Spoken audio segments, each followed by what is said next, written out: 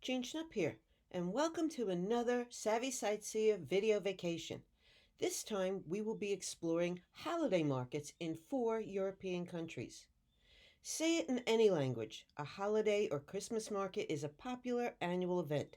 It's the go-to destination in late November into December in towns all over the world.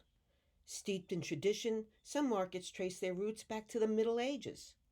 Although the deputy to the mayor of Strasbourg declared that French town the capital of Christmas in 1992, some might argue the point. Equally questionable is which region can lay claim to having the oldest holiday market. Depending on whether you look at how long a market has existed in a spot sometime during the holiday season, or which was the first to use the term Christmas market, any number of different countries can claim title to being the oldest. In Strasbourg, a market started in 1570, and today locals contend theirs is the oldest in Europe. But Germany's Dresden market says theirs is. They first held it in 1434, and so they retain that honor. It's named for the traditional Christmas bread today known as Stollen. But Vienna in Austria is also widely seen as the birthplace of the tradition, where a one-day December market was first held in 1298. It was a place where locals could stock up on foods for the winter, not as the type of market we expect for the holidays today. But they claim it was the front runner. Since all were part of the vast German holdings at the time they started, it's safest to say the oldest Christmas market is a German-based one, and that's why so many people flock to Germany to experience an authentic holiday market. Now we'll visit some of the best in Europe, all centered on the same theme, but dramatically different and unique. We'll start with Belgium, where Liège's Village de Noël is the country's largest and oldest holiday market. It blends old with modern, and it's where you'll find a delightful treat, Rochefoucauld. Then we'll move on over to England's capital city, London. It has no shortage of lively holiday markets popping up everywhere, some with decidedly distinctive aspects. Our third stop will be Valkenburg in the Netherlands, which offers a truly extraordinary atmosphere. Theirs is a subterranean one. Here you'll also learn about a delicious holiday treat that doubles as an ornament. We'll end our visit in the country that leads all others in the sheer number of markets it has, Germany, which boasts well over 2,000. The famous town of Aachen has earned a place in the annual top 10 best Christmas markets in Europe list, beating out even the much better known Nuremberg market. Featured here is Printen, a very unique holiday taste treat. Now off we'll go. We'll start in Liège, about 1 hour east of Brussels in the rural French-speaking region of Wallonia. The town now considers itself the capital of European Christmas markets and draws about 2 million visitors a year. They've got lots to choose from here. 200 wooden chalets offer a range of unusual handicrafts, typical Christmas decorations, live music, costumed characters, funfair rides, lights, and lots of local beer and food that represents Belgium's split personality of both French and Dutch origins. Walking around the market, your nose is greeted by the aroma of roasted nuts, sweet candies, and baked goods. One treat you will see everywhere is the Rochefoucauld, or coconut rocks. Under King Leopold II, the Congo became his personal possession, so it was he who owned and controlled the African region as the world's only private colony, until the Belgian government took it over from him in 1908. He had used the colony to expand and showcase his own personal wealth. He imported, or some say looted, many of its spices, expensive commodities like ivory and rubber, and exotic foods such as coconut. And these sweets are still referred to as Congolais. They are very easy to make. Just mix the dry ingredients together, whisk in egg whites, then blend in the almond extract. Key here is covering the bowl with plastic wrap and chilling about 30 minutes. The dough is a bit messy to work with. I use food-grade vinyl gloves to form the balls, or you could try wetting your hands for better handling. And don't worry, the rocks in the cookie name refers to its shape. Has a nice, soft, and chewy center. Along with rochefoucauld, you will find some other typical Belgian treats at their holiday markets. Koeberdun, a raspberry flavored candy, has an odd backstory. It was an accidental discovery. Many medicines in the 1870s were packaged as a syrup. A pharmacist in Ghent, experimenting on a solid alternative, realized his concoction was unsuitable for medicine. But it could be something else. The mixture he had made formed a crust, but the core was still liquid. So somehow he made the leap to using the technique to make candy and opened a shop featuring his new sweet, where it quickly became a hit. Because of its shape, the dusty looking purple cone was nicknamed Nozeka, or small nose in Dutch. The outer shell's texture is soft, like licorice. The inner is stiffer, like molasses, and it's very sweet. Since they have a shelf life of only a few weeks, they're not exported. So, to try one, you have to go to Belgium. One treat identified specifically to this region is the Liège waffle. There are two main kinds of waffles. The Brussels version is made with a yeast leaven batter, which makes it light and crispy, whereas the Liège waffles, pictured here on the left, have a more bread like dough that contains chunks of pearl sugar that caramelize and form a crispy, crunchy golden coating. The dough is spread or pushed into the waffle maker, and the end result is uneven edges and a more dense, sweeter waffle. A slightly crispy exterior, but soft, chewy center and delicately warm. Only tourists would think of loading them up with fruit or chocolate.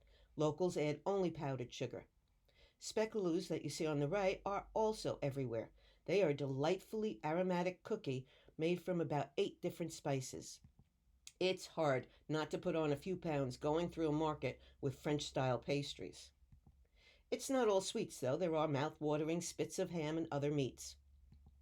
Liège sets its market apart from others in the country by expanding the festivities throughout the town and relabeling itself a Christmas village, complete with its own post office and stamps, a mayor who wanders around greeting visitors, citizens of honor, etc.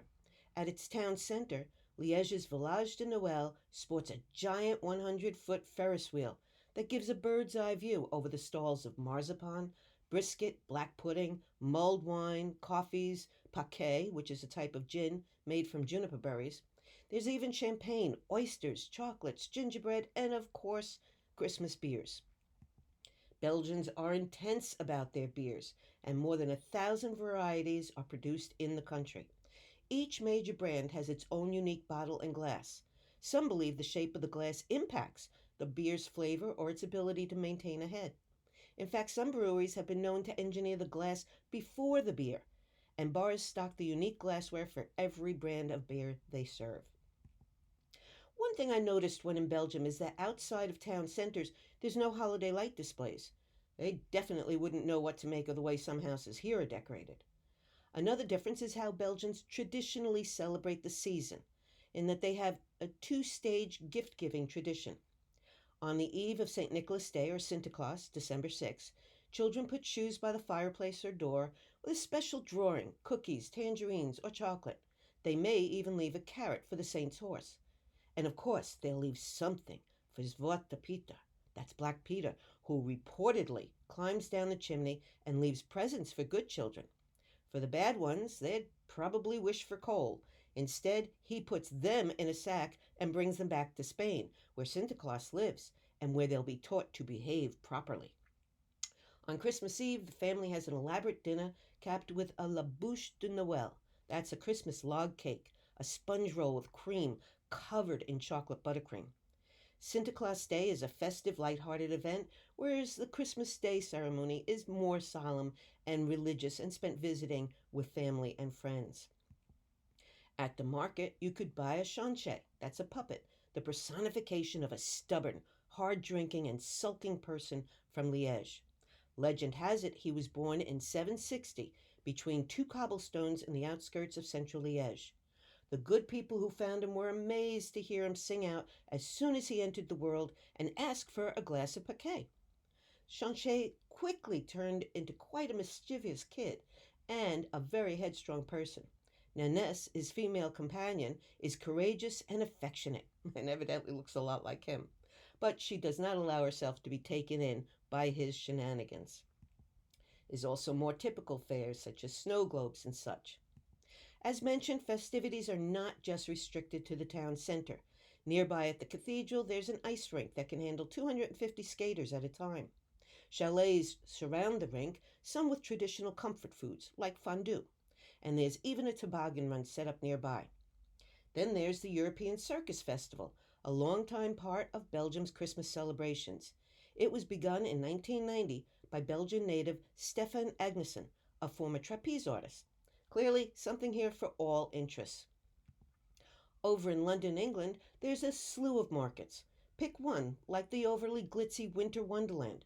Definitely not the place for a quiet walk around.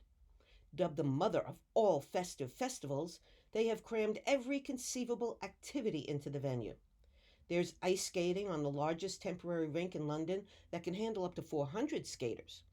Circus shows, a Ferris wheel, and a huge Christmas market with over 200 chalets. As well, there's also mythical creatures made from ice and snow in the magical Ice Kingdom's secret forest. The scene takes up a total of about 20 acres of Hyde Park's 350 acres. For both traditional and definitely non traditional markets in all one space, head over to Leicester Square. Only a few years old, it's become a local favorite. Although relatively small, there's only around 25 chalets, it still covers all the bases. It offers a variety of food, gifts, and entertainment, seasonal treats, sumptuous food, and delicious drinks. In other words, gallons of mulled wine and bundles of bratwurst.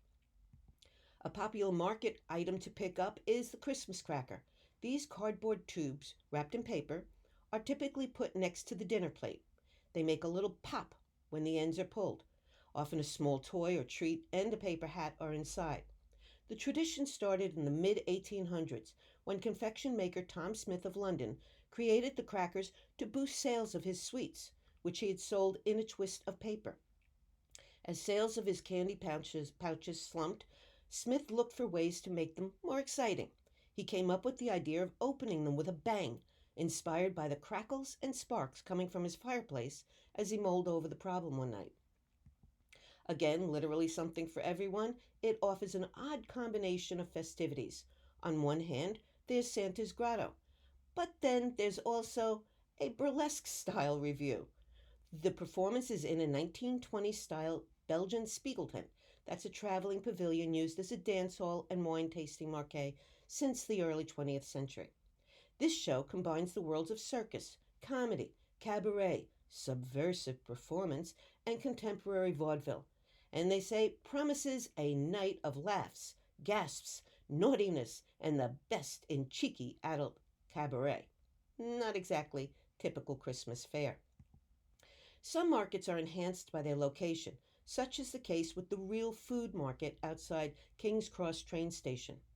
The historic station first opened in 1852, but recently underwent a £547 million renovation and exhibits a graceful mix of modern and Victorian. Stepping out of the station, you come to a truly traditional market, one that gets back past all the hoopla of Ferris wheels and to the food markets that were the core of the originals. After all the entertainment and gifts are bought at other markets, it's time to think about what will take center stage on the big day, whether that's Christmas or Boxing Day. Boxing Day is a big tradition in Britain and has been for over 800 years. It's the day after Christmas and is still an official bank holiday. Originally, it was a day when the church opened its alms box and gave the proceeds to the poor. It was deemed the servants' day off, and lords of the manor gave them small gifts in boxes. Christmas Day dinner is served usually in the early afternoon and is generally a festive meal. Goose or beef were traditionally the main dish, but more today it's a roast turkey with all its trimmings, especially since they haven't just celebrated Thanksgiving. There'll be a Christmas pudding and mince pies, and dessert could be a trifle. That's a sponge cake soaked in sherry or brandy, or in Scotland whiskey, and it's topped with fruit, custard, and whipped cream. The King's Cross Christmas Market is an extension of what's called the Real Food Markets, which was started in 2007 as a means, organizers say, to encourage people to reconnect to where their food comes from and to support and help smaller producers. Setting up outside King's Cross Station was a carefully selected venue because the goal is to provide as much convenience to great food as possible. We are up against the supermarket, a rep explained, but by finding locations where there is already a high footfall, we can offer people an easy way to buy fresh, high quality, real food at honest prices. One table that gets a lot of foot traffic is the mince pie one. These treats are a big part of the English holiday tradition.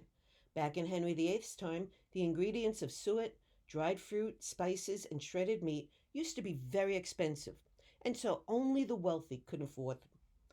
One tradition has that the family should bake 12 pies and eat one on each of the 12 days of Christmas to ensure good luck in each month of the coming year. To thank Father Christmas or Santa Claus for the presents he puts into the stockings or pillowcases that are hung by the fireside or bed on Christmas Eve, a mince pie and possibly brandy is left out for him. By the way, he knows just what to bring children because they write their wishes in a letter that they then throw into the fire. He reads the smoke and makes the list. In the Netherlands, decorations are sometimes good enough to eat. There's no way I can pronounce it, so there you have the name. These are basic sugar cookies, decoratively cut and baked with a hole in the center so they can be tied to the branch of a Christmas tree with a colorful ribbon. Not recommended if you have young kids or pets. It's a Dutch tradition, though, to bake them following St. Nicholas's gift-giving visit on December 5th, in time for decorating the tree for Christmas. Another very simple but elegant addition to your holiday cookie platter, and all you need to do is combine the dry ingredients, cut butter into the mixture, or I give it a quick pulse in the food processor, and mix well. Separate the egg and add the yolk only. Slowly pour in the milk and blend until the dough comes together. Knead or pop the dough into a stand mixer if you have one and blend until smooth. Form a disc, wrap in plastic, and refrigerate about a half an hour. Roll out dough to about a quarter-inch thick on a pastry sheet or floured counter. Use any cookie cutter shape that has an open center. Transfer to a parchment-lined sheet, brush with whisked egg white, and sprinkle with sanding sugar. That's a large crystal sugar that's great for decorating because it won't melt in the oven. You could also use any other kind of sprinkles. Just make sure that you check the label and make sure it is not going to melt on you. The site of our next market is pretty nondescript on the outside, where there isn't much left to an 11th century stronghold. Stone quarried from underground caves was used to build the once mighty fortress. Valkenburg was the Netherlands' only hilltop castle, but it was repeatedly besieged and rebuilt and expanded over the decades until it was ultimately left in ruins after being bombed in 1672. The caves weren't discovered, though, until the early 1900s during a restoration, but they soon became a tourist destination. In 1985, the town opened the first of its subterranean Christmas markets. Romans started to work in these caves around 2,000 years ago when they began mining the ground for the marl, or clay-lime type of rock, that they needed as building material. The result of this marlstone mining is an extensive labyrinth of old and rugged passageways, which medieval knights used to use as an escape route. But now, tourists can use them to escape the usual rat race of holiday shopping. The inside temperature is steady at about 50-55 degrees Fahrenheit. It is the largest, oldest, and most visited underground Christmas market in Europe. There are two of these, the first of which was opened with the name that translates to Municipal Cave. Notice the map to the left that shows the different trails all within this one cave. There's quite a variety of goods, from illuminated pictures, wood animal carvings, candles, and of course traditional ceramic village pieces and homemade foods like fudge, candy, and jams. Of course, there's a reminder of what the market is there for. Traditions here are very similar to their neighbor Belgium. Sinterklaas arrives the night of December 5th, but he and his sidekick, Zwarte Piet, come from Spain by boat and select a different harbor each year to arrive in the Netherlands. Once on land, the story goes, he gets on a white horse to distribute gifts to deserving children. And the bad ones are scooped up, and on December 6th, they board a boat and sail out of Rotterdam, the Netherlands' major port.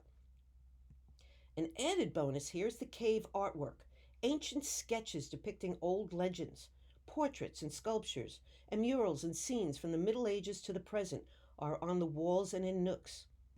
Some are quite detailed. When not set up as a Christmas market, the cave is quite a tourist draw, offering guided tours during which the origins and history of the municipal caves are explored. The artwork is examined and explained, and there's even a light and sound spectacle. The second cave nearby is called the Velvet Market, with 3 miles of passageways.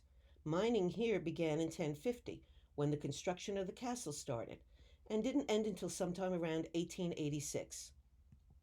Art in the Velvet Market is a bit different and goes back just over 2 centuries. In 1944, this cave served as a refuge to hundreds of citizens of Valkenburg during World War II, as well as for American soldiers stationed here, who etched their names, hometowns, and doodles on the soft walls of the cave. In addition to unique drawings, this cave has another special attraction. During the French occupation at the end of the 18th century, Napoleon closed down all the churches in the Netherlands and forced Roman Catholic priests to swear allegiance to France. Those who refused were exiled. During this time, secret chapels sprung up throughout the area, like this one in the Velvet Cave. Founded by a priest in 1797, this tiny chapel was the site of many secret masses. Baptismal fonts, altars, and memorials to priests who were imprisoned or exiled were cut out of the soft chalk. Valkenburg's market spills out of the caves and throughout the town itself. Busy shoppers can grab a food fix on the run at shacks like this one, serving up cones of Santa's frites. You can call them patat, as the fries are called in northern Netherlands, or friet in the southern Netherlands part, or of course Belgian friet after their country of origin, but don't call them French fries. A popular theory for the inaccurate naming is that American soldiers stationed in South Belgium during World War I, where French is the dominant language, dubbed the treat French fries. The secret to these enormously popular treats is twice frying at 2 different temperatures with cooling in between. Equally important is the topping. Most popular is a mound of mayo. Curry and chili are also hot choices. But the most distinctive is dubbed Dutch War, with a battlefield of mayo on one side, peanut satay on the other, and a line of raw onion topping spread between the two. The quiet little town of Aachen, by Germany's western border with Belgium, is small in size but massive in history. Its thermal springs, of which there are about 30, are said to be the hottest in Central Europe and had been used for treating rheumatic and muscular disorders. It's believed the springs drew people here as far back as the Neolithic times. In early Roman days, it was a walled city, with this remaining gate to remind visitors that it was such an important town that it warranted a protective wall. Aachen's original holiday market was just for selling the town's signature cookie, Printen. The recipe, which is passed down from generation to generation, is a carefully guarded secret among families. Classic Printen are crunchy, actually jaw-breaking, so you suck on them, you don't chomp down or you'll risk losing a tooth. Fortunately, there's now a soft version. Printing cookies are a mainstay of German bakers. They can be shaped like a man or a plain rectangle, uncoated or draped with chocolate or vanilla icing. What they can't be are Aachen Printen, unless they are made solely in the little German town of Aachen, which has earned EU protected designation of origin status for their sweet. These cookies owe Napoleon and his blockade of 1806 a debt of gratitude. When honey was banned and unavailable, chefs turned to using sugar beets or molasses as the signature ingredient for a new treat. This recipe is for the soft version, but it has a bit more difficulty than the others we've discussed in this video because it uses some ingredients you may not already have, although they are common in European households. The result is such a unique taste, though, that it is worth the effort. Also, this is a 2-day activity and really cannot be rushed, so plan accordingly. Here's some background on the ingredients for ones you may not know. Cardamom is a popular spice of the ginger family. Its use dates back about 4,000 years. Ancient Egyptians used it for medicinal purposes and as part of rituals. They chewed cardamom pods to keep their breath fresh and their teeth clean. Greeks and Romans liked it for its pungent aroma. Turbinado sugar is less processed than white sugar and retains more of its natural molasses. Molasses is a thick, dark brown syrup that is extracted from raw sugar. Apple butter is a highly concentrated form of apple sauce produced by long, slow cooking of apples with cider or water to caramelize the apples. The concentration of sugar gives apple butter a deep brown color and a much longer shelf life than applesauce. You'll find it usually right next to the peanut butter in the supermarket. Cloves are the flower buds of the clove tree and contain fiber, vitamins, minerals, and antioxidants. And all you can tell, this is supposedly a healthy cookie. Anyway, their name comes from a Latin word that means nail, since the shape of a dried clove resembles that of a nail. Coriander is packed with potential health benefits and is said to treat everything: skin inflammation, high cholesterol, mouth ulcers, blood sugar disorders, anemia, indigestion, even smallpox. Has anti-allergen and antibiotic qualities. Coriander is known to us by two names: cilantro for its leaves and coriander for its seeds.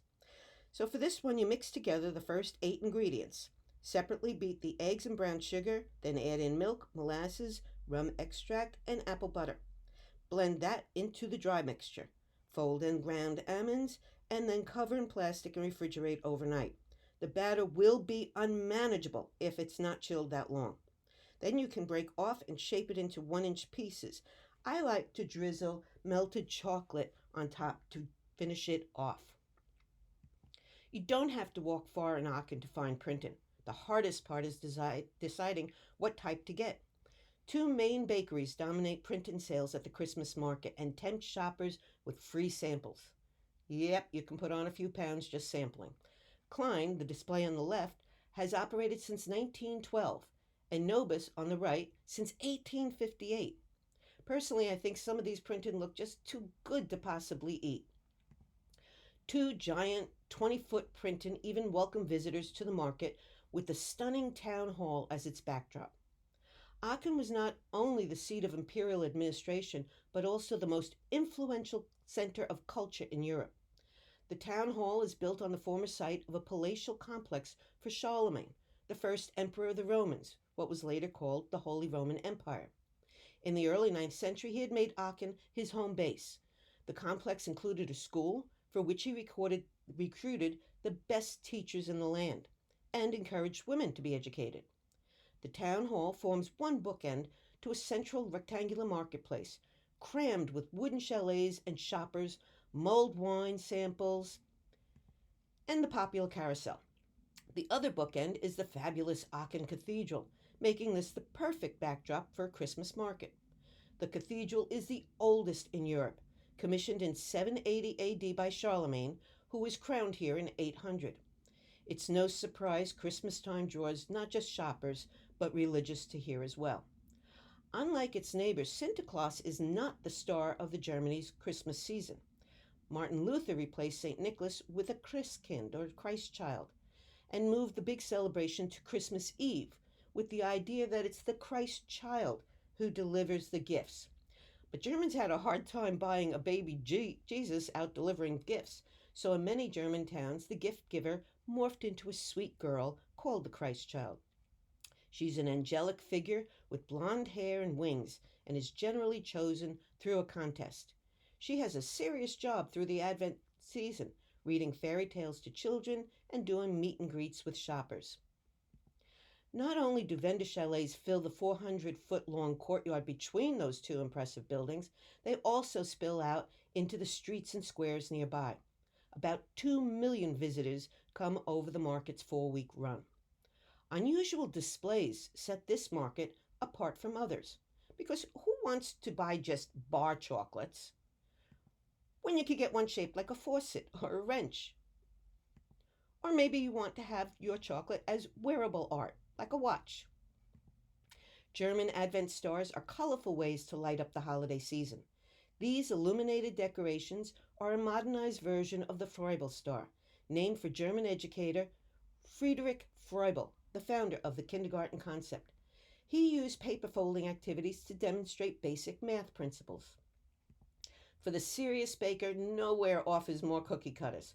I lost my friend here for about 45 minutes as she bought dozens of them. For an interactive souvenir, look for an authentic German smoker or Rauchman. They first came into existence in the late 1600s in southeast Germany, but they didn't really catch on until the mid 1800s. Local artisans designed these tiny figures by carving and turning them out of a single piece of wood, and then placing incense on the tray next to the figurines. Burning incense is a traditional part of the German Christmas culture. It is believed to ward off evil spirits and traditionally is used through the holidays up to January 6th, the Epiphany. Incense cones were developed around the late 1700s, and then the smokers were made from two pieces of wood that fit together. That allowed the incense to burn inside the smoker and smoke to be directed through an opening like a mouth or a chimney. One of the things that make German smokers so unique and popular is that they are generally carved in the image of the everyday man, rather than political, military, or religious figures. Typical smokers are like these bakers, or miners, shepherds, farmers, and such. Many know that we have Germany to thank for some of our Christmas traditions, like singing Silent Night or bringing the tree indoors. But not so many know that even the decorations we put on the tree also harken back to Germany. Glass ornaments were invented in 1847 by Hans Greiner in the little town of Lauscha, Germany, where his ancestor established the first glassworks in 1597. Initially, the ornaments were hand blown and styled as fruits and nuts. When the UK's Prince Albert started importing decorations from his native Germany and putting them on the indoor Victorian tree, which he also popularized in Britain, a tradition was born worldwide. F.W. Woolworth visited the Greiner Glassworks in the 1880s and over time bought over 200,000 to ship back to his eager American customers. By the close of the 19th century, the five and dime store reportedly had sold some $25 million worth. All this shopping can work up an appetite, and fortunately, Princeton isn't the only sweet in town. German apple tart covered with warmed cream can't be beat on a cool afternoon. Of course, you can't fully enjoy a German market without having a bratwurst and sampling mulled wine or a good German brew. I like to end all of my programs by paraphrasing the words of Dr. Seuss. Sometimes you don't appreciate the moment until it becomes a memory. I like to add, always remember to celebrate the moments and treasure those memories. If you have any questions about this program, email me or use the contact page on my website. Of course, I also invite you to visit my website to see more of the countries we visited today or any of my European destinations. There you can also check my programs tab to see where I'll be presenting, either virtually or in person. Happy holidays to all.